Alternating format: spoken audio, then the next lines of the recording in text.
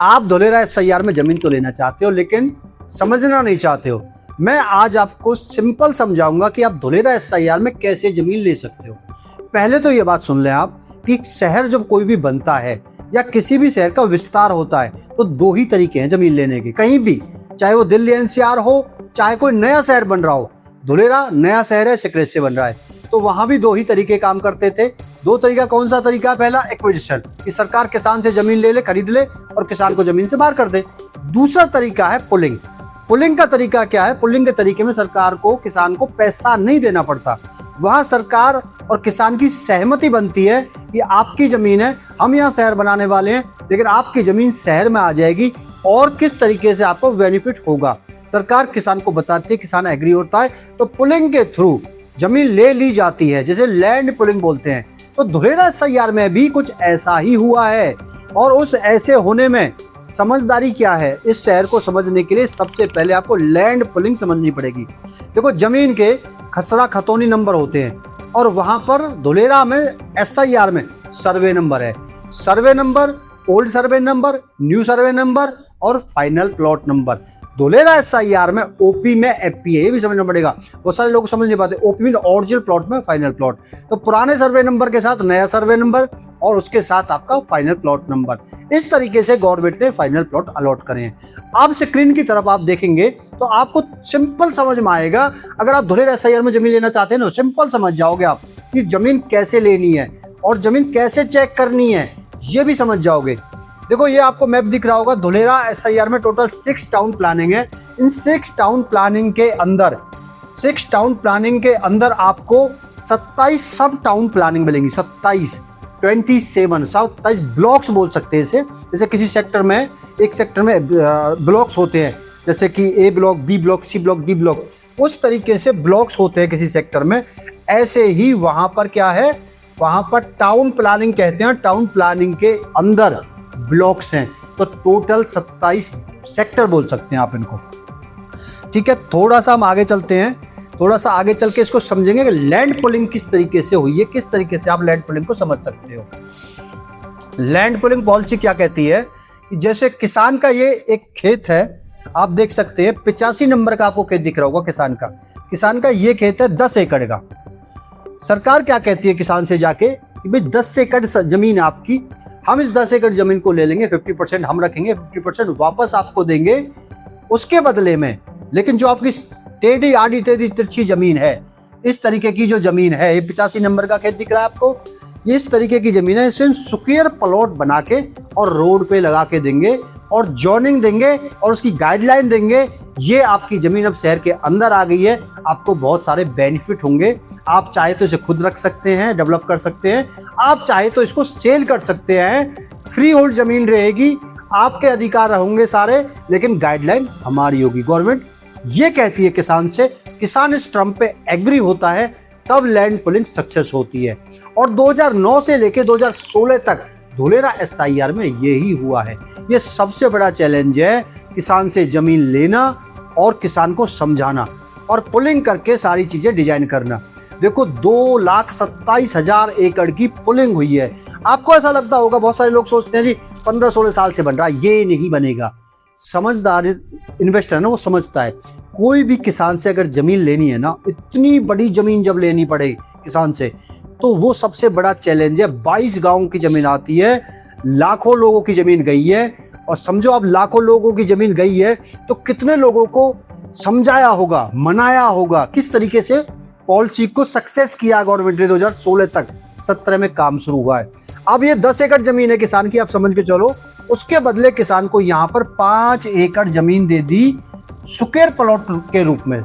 Square, यहाँ आधा टेढ़ा तिरछा खेत था किसान का और उसको एक स्क्वायर प्लॉट रूप में 18 मीटर रोड पे, सेक्टर रोड पे जमीन लगा के हर किसान को फाइनल प्लॉट अलॉट कर दिया। यहाँ पर आप देख सकते हैं 85 नंबर खेत ये था और स्क्वायर प्लॉट 1788 नंबर ये प्लॉट दे दिया। अब प्लॉट तो दे दिया, अब उसको कैसे पता चलेगा किसान को कि मेरी जमीन किस जोन में आई है? रेजिडेंशियल जोन में आई है, कमर्शियल में आई है, एचएसी में आई है। उसके लिए गवर्नमेंट ने जोनिंग सर्टिफिकेट दिया। जिसे बोलते हैं जॉनिंग सर्टिफिकेट। जॉनिंग से उसको ये पता चल जाता है और वो गवर्नमेंट से निकलवाना पड़ता है। फाइनल प्लॉट अलॉट कर दिया किसान को, पता चल गया पुराना सर्वे नंबर, फिर नया फाइनल प्लॉट नंबर, नया सर्वे नंबर, उसके अकॉर्डिंग जॉनिंग सर्टिफिकेट मिल गया। तो उसको पता चल गया मेरे इंडस्ट्रियल जोन में, कमर्शियल जोन में, रेजिडेंशियल जोन में, और यहाँ पर 8 प्रकार के जोन है। धुलेरा SIR के अंदर समझ लो 8 प्रकार के जोन है। बहुत सारे लोग मेरे पास फोन करके कहते हैं जी मुझे जमीन चाहिए, मैं पूछता हूँ किस जोन में चाहिए, पता ही नहीं उनको किस जोन में चाहिए। या 8 प्रकार के जोन है वो भी समझ लो आप थोड़ा सा, उससे क्या है इजी हो जाएगा आपको जमीन लेना। आपके जो डाउट्स है ना इस वीडियो को देख के बहुत सारे क्लियर हो जाएंगे। बाकी डाउट्स क्लियर करने के लिए आप मेरे पास कॉल कर सकते हैं और आके मिलके समझ सकते हैं।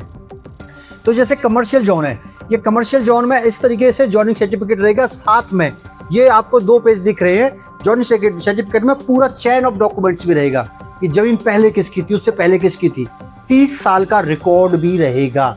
जॉइनिंग सर्टिफिकेट जो होता है ना उसमें आपको ये पता चलता है कि पुराना सर्वे नंबर, नया survey number, final plot number और किस जोन में आपकी जमीन आती है। जॉइनिंग सर्टिफिकेट कंप्लीट डॉक्यूमेंट्स है उस जमीन का कि पहले जमीन का रिकॉर्ड क्या था, अब जमीन का रिकॉर्ड क्या है, किस टीपी में आ रही है, कितना फाइनल प्लॉट नंबर है, कितना रोड आ रहा है, उसके सामने ये सारी चीजें आपको समझ में आती हैं। अब जैसे देख सकते हैं इंडस्ट्रियल जोन, ये इंडस्ट्रियल जोन की जमीन है। पहले खेत था 121 नंबर, 121/1, अब यहाँ पर 121/1 ये रहा आपका, 121/1 ये रहा, और फाइनल प्लॉट अलॉट कर दिया 459। तो उसके सामने रोड भी आपको दिखेगा, जॉइनिंग सर्टिफिकेट में रोड भी आपको दिखेगा। अब हम थोड़ा सा आगे की तरफ चलते हैं। इस तरीके से जॉइनिंग सर्टिफिकेट में पूरा चेन ऑफ डॉक्यूमेंट्स रहेगा। ये गवर्नमेंट से निकलवाना पड़ता है, किसान को तो पता चल जाता है लेकिन कुछ फीस लगती है इसकी, ये निकलवा के हम लोग ही देते हैं आप लोगों को। मेन 3 प्रकार के जोन है, देखो रेजिडेंशियल जोन, इंडस्ट्रियल जोन और कमर्शियल जोन। बहुत सारे लोग सोचते हैं कि 3 प्रकार के जोन है, नहीं, इसके अंदर अब देख देंगे कमर्शियल के अंदर 5 प्रकार की जॉइनिंग और आती है। 5 प्रकार की जॉइनिंग और आती है। इन 5 प्रकार की जॉइनिंग को समझ लो। सबसे जरूरी क्या है, high access corridor. High access corridor में ये कलर लगता है, येलो कलर कह सकते हैं, पीला कलर, ठीक है। फिर उसके बाद आता है city centre zone. City centre zone का कलर ये है। Knowledge and IT, knowledge and IT का कलर ये है। इस मैप को आप धुलेरा SIR के को देखोगे तो ये समझ में आ जाएगा। फिर टूरिज्म रिसोर्ट की जमीन है, फिर रिक्रिएशनल सपोर्ट्स एंड एंटरटेनमेंट की जमीन है। ये 5 प्रकार की जमीन ये हो गई जो कमर्शियल जोन में आती हैं। और मेन 3 प्रकार के जोन है, रेजिडेंशियल, कमर्शियल और इंडस्ट्रियल। अब यहाँ सबसे बड़ा चैलेंज है कि यहाँ जो आपको ये जॉइनिंग दिख रहा है ना, ये 5 प्रकार के जो कलर दिख रहे हैं, ये जो जमीन है सपोर्ट्स एंड रिक्रिएशनल की जो जमीन है, इसकी गाइडलाइन कुछ अलग है और ये सबसे सस्ती जमीन है। फिर इसके बाद आ जाता है टूरिज्म रिसोर्ट। टूरिज्म रिसोर्ट की जमीन थोड़ी सी महंगी है। फिर नॉलेज आईटी, नॉलेज आईटी मतलब जहाँ बड़े बड़ी यूनिवर्सिटी रहेंगी, कॉलेज रहेंगे, यहाँ 5 स्टार होटल भी रहेंगे। सिटी सेंटर की जो गाइडलाइन है, सिटी सेंटर में क्या रहेंगे, बड़े बड़े मॉल्स रहने वाले यहाँ पर। और हाई एक्सेस कॉरिडोर ऐसा समझो आपका मिक्स लैंड यूज है। और यहाँ इन तीनों जोनों में, नॉलेज आईटी, सिटी सेंटर और हाई एक्सेस में, अगर 55 मीटर रोड पे आपका लैंड पार्सल है तो 5 की FAR मिलती है, 5 की, ठीक है, जहां आप 50 मंजिली बिल्डिंग बना सकते हो। ये समझ के चलो, इस जॉइनिंग में 8 प्रकार की जॉइनिंग है। जब आप मुझसे फोन करके पूछते हो जी जमीन का प्राइस क्या है, धुलेरा SIR के अंदर प्राइस क्या है, सबसे बड़ा गलत सवाल है, क्योंकि पहले आपको जॉइनिंग समझनी पड़ेगी और जॉइनिंग समझने के बाद आप प्राइस पूछोगे। फिर इसमें भी एक पॉइंट और आता है जो मेन पॉइंट है, वो है रोड। अब उस रोड को कैसे समझोगे, क्योंकि यहाँ पर रोड जो हैं 18 metre, 20 metre, 24 metre, 25 metre, 48 metre, 55 metre, 70 metre. अब एक जॉइनिंग का आपने सवाल पूछा कि जी मुझे आपका हाई एक्सेस कॉरिडोर में जमीन चाहिए। हाई एक्सेस कॉरिडोर में आपको जमीन चाहिए, ठीक है। अब हाई एक्सेस कॉरिडोर में 12,000 रुपए गज का भी प्राइस है, ठीक है, बता देता हूं आपको, 6,000 रुपए गज का भी प्राइस है। जमीन एक ही है, अंतर क्या है पता है? अंतर ये है कि जो 12,000 रुपए गज का प्राइस मैंने बोला है, ये जमीन हो सकता है 55 मीटर रोड पे आ रही हो या लीनियर जोन में आ रही हो, लीनियर वाला हिस्सा जो है जहां हाईवे है उसके पास आ रही हो। दूसरा, इस वजह से इसका प्राइस चेंज हो गया, अब यही जमीन अगर 25 मीटर पे है, समझ लो आप, लीनियर में भी है, सेम कंडीशन पे है, मतलब थोड़ा सा इधर उधर है, ऐसा समझो। मैं आपको मैप से समझाऊंगा थोड़ा सा, इससे आपको ऑल क्लियरिटी होगी। पहले हम ये देख लेते हैं कि जॉइनिंग के अलावा कैसे गाइडलाइन बनाई। जॉइनिंग सर्टिफिकेट आपको पता चल गया, फिर आपको ये पता चल गया कितने प्रकार के जोन हैं यहाँ पर, ठीक है। जॉइनिंग सर्टिफिकेट के साथ ही कितने प्रकार के जोन है, 8 प्रकार के जोन है। उन 8 प्रकार के जॉइनिंग के साथ ये गाइडलाइन आती है कि उन जोनों में आप क्या क्या बना सकते हो।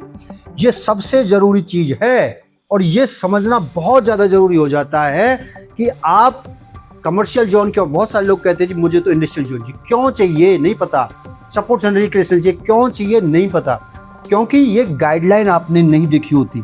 ये गाइडलाइन देखो अगर आपका रेजिडेंशियल जोन में लैंड पार्सल है और 55 मीटर पे है तो उसकी FAR आती है 2, ग्राउंड कवरेज 60%, हाइट जाएगी 18 मीटर, सेटबैक छोड़ना चारों तरफ 5, 6, 6, 6।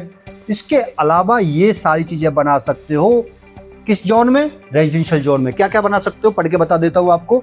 Cinema hall, retail mall, petrol pump, CNG pump, bank, hospital, neighbourhood retail, service shop, restaurant, cafe, होकर जोन, डिजाइनिंग, वेजिटेबल मार्केट, बाजार, commercial centre, primary school, secondary school. इसके अलावा villa, bungalow, इतनी चीज मैंने बता दी आपको। दिल्ली NCR में पॉसिबल है, रेजिडेंशियल जमीन है ये, रेजिडेंशियल जमीन में ये पॉसिबल नहीं है दिल्ली NCR में। ऐसे ही वहां पर एक जमीन के मल्टी यूजेज है। अब दूसरा दिखा देता हूं आपको, जो मैं सस्ती जमीन बता रहा था आपको, इंडस्ट्रियल जोन की भी गाइडलाइन है, सिटी सेंटर की भी गाइडलाइन है, और सिटी सेंटर में मैक्सिमम FAR 5 की मैंने आपको बताया है, ठीक है। अब रिक्रिएशनल जोन की जमीन देखो, रिक्रिएशनल जोन की जमीन की गाइडलाइन देखो किस तरीके की गाइडलाइन है। सस्ती जमीन क्यों है? आप सोचते हो कि आपने बहुत सस्ती जमीन ले ली, खुश हो गए आप, नहीं, पैसा बनेगा FAR के अकॉर्डिंग, यूज के अकॉर्डिंग। शहर की जमीन ले रहे हो, काली जमीन ले रही तो कहीं भी ले लो फिर आप किसान की जमीन, नहीं, ये शहर की जमीन है, इसकी गाइडलाइन है, इसके FAR है। रिक्रिएशनल में अगर आपका रोड 55 मीटर से 12 मीटर तक भी है, सेम FAR रहेगी, कोई चेंजेस नहीं है। 0.5 की FAR रहेगी, ग्राउंड कवरेज 25%, 25 मीटर की हाइट रहेगी, सेटबैक चारों तरफ छोड़ना है। बना क्या क्या सकते हो, यूज क्या क्या है, कुछ भी यूज नहीं, ना के बराबर यूज है। Theme park, outdoor adventure sports, film city, restaurant, food plaza, आपका बॉटनिकल गार्डन, जू, CNG पंप, पेट्रोल पंप, बस यही चीजें आप बना सकते हो। तो आपको समझदारी दिखानी है किस तरीके की, क्योंकि आपको ये गाइडलाइन पूरा पढ़ना है। अगर जमीन लेना है तो पूरी गाइडलाइन समझनी है, तब आपकी इन्वेस्टमेंट सक्सेस होगी।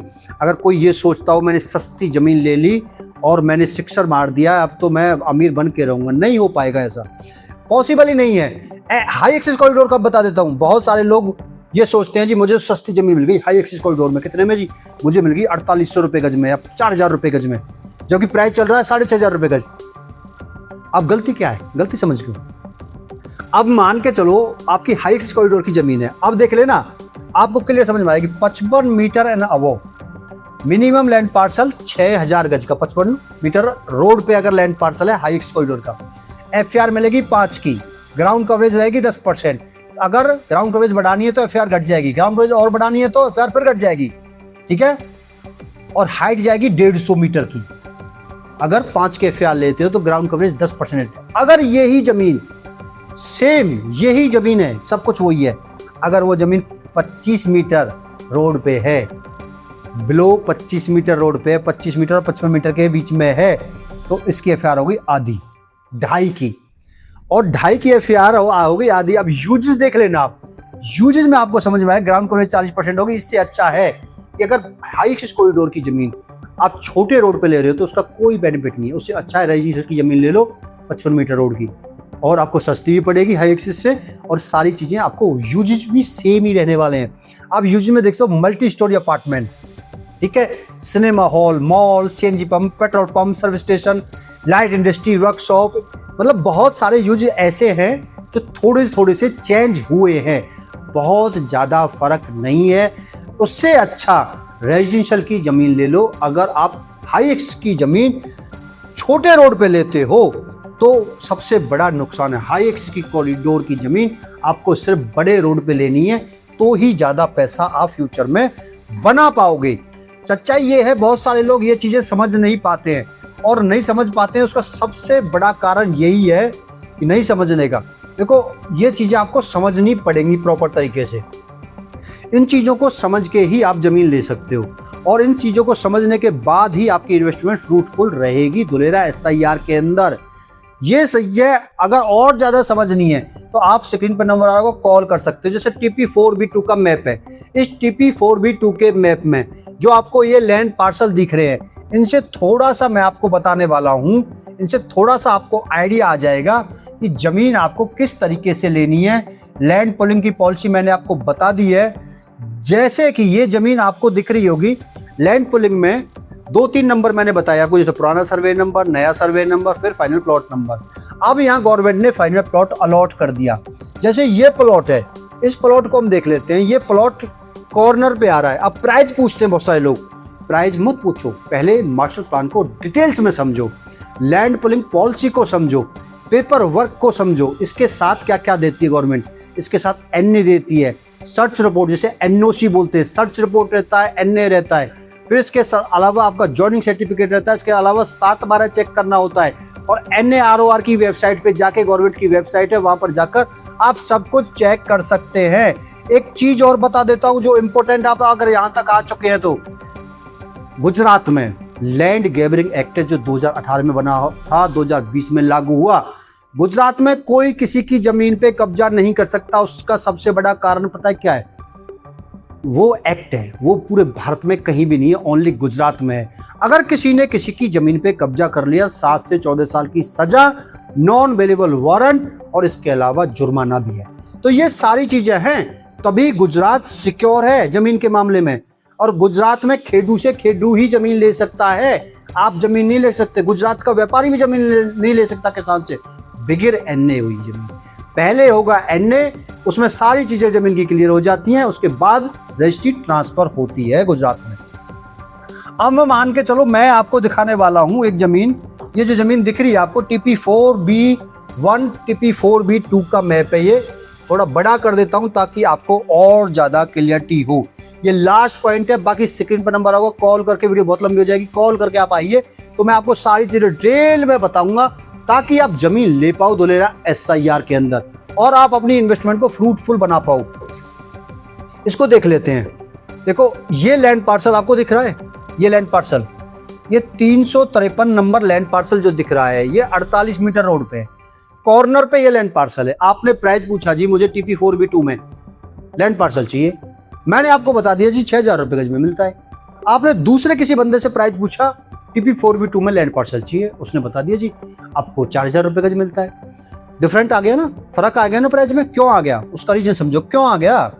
उसका रीजन क्या है? उसका रीजन है, ये जो लैंड पार्सल मैं आपको दिखा रहा हूं, ये कॉर्नर का है, ठीक है, कॉर्नर का है, 2 साइड ओपन है। अब इसका प्राइस अलग होगा। दूसरी साइड में ये लैंड पार्सल जो दिख रहा है, ये आपका कॉर्नर से अलग है, इसका लैंड प्राइस अलग होगा। हर जमीन का एक अलग ओनर है, तो समझ के चलो, जब हर जमीन का ओनर ही अलग है तो प्राइस सेम कैसे हो सकता है? किसी बिल्डर का प्रोजेक्ट तो है नहीं है। किसान को जमीन अलॉट कर दी सरकार ने, फाइनल प्लॉट अलॉट कर दिया, अब सारी गाइडलाइन आ गई। उसके अलावा मालिक डिफरेंट है, सबका प्राइस अपना अपना है। किसी को जरूरत है तो सस्ते में दे रहा है, किसी को जरूरत नहीं तो महंगे में भी नहीं दे रहा। तो समझदार इन्वेस्टर बनिए। ये सारी चीजें पूछ के, आप फोन पे प्राइस पूछ के आप कभी जमीन नहीं ले पाओगे, सच्चाई है। अगर फोन पे आप प्राइस पूछते हो, फोन पे तो सिर्फ आप ये समझो कि धुलेरा SIR एक्चुअल में है क्या, शुरुआत से एंड तक समझो सारी चीज़ों को, गुजरात के सारे लॉ को समझो। सारी चीज़ समझने के बाद भी आप ज़मीन ले सकते हो। फिर यहाँ पर आपको दिख रहा होगा, किसी भी ज़मीन में आपको 3 नंबर अलॉट होते हैं। आपका जो ब्लैक वाला नंबर है वो आपका सर्वे नंबर है, फिर जो ग्रीन वाला नंबर है वो पुराना सर्वे नंबर है, और रेड वाला जो नंबर है वो फाइनल प्लॉट नंबर है। और किसी फाइनल प्लॉट में आपको ये भी दिखा होगा, बहुत सारी जगह पे ऐसा भी हुआ है, जो बड़ा सर्वे नंबर है उसके पैकी बने हैं, पार्ट प्लॉट बोलते हैं जिसे हम। जैसे 2 लाख गज का, मतलब एक फैमिली में 10 मेंबर थे, तो बहुत बड़ी ज़मीन थी उनकी। अब बहुत बड़ी ज़मीन थी, 2 लाख गज का एक ही सर्वे नंबर था उनका। तो उस सर्वे नंबर में, एक ही सर्वे नंबर में, फिर गवर्नमेंट क्या करती है, अलग अलग फाइनल प्लॉट अलॉट कर देती है।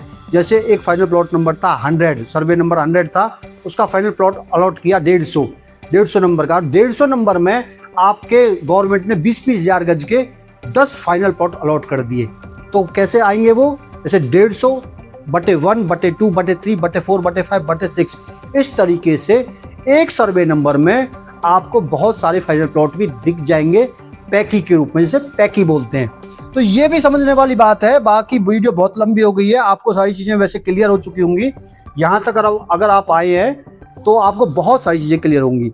अगर लेकिन आपकी फिर भी कोई डाउट है तो स्क्रीन पर नंबर आ रहा होगा, कॉल करके अपने डाउट खत्म करके धुलेरा SIR में छोटा लैंड पार्सल, बड़ा लैंड पार्सल, जैसा भी लैंड पार्सल आप लेना चाहते हैं, तो आपकी इन्वेस्टमेंट फ्रूटफुल तभी रहेगी जब आप समझ के लोगे, गाइडलाइन समझ के लोगे, तभी आपका पैसा बनेगा। आपने वीडियो यहाँ तक देखी है। Thanks for watching.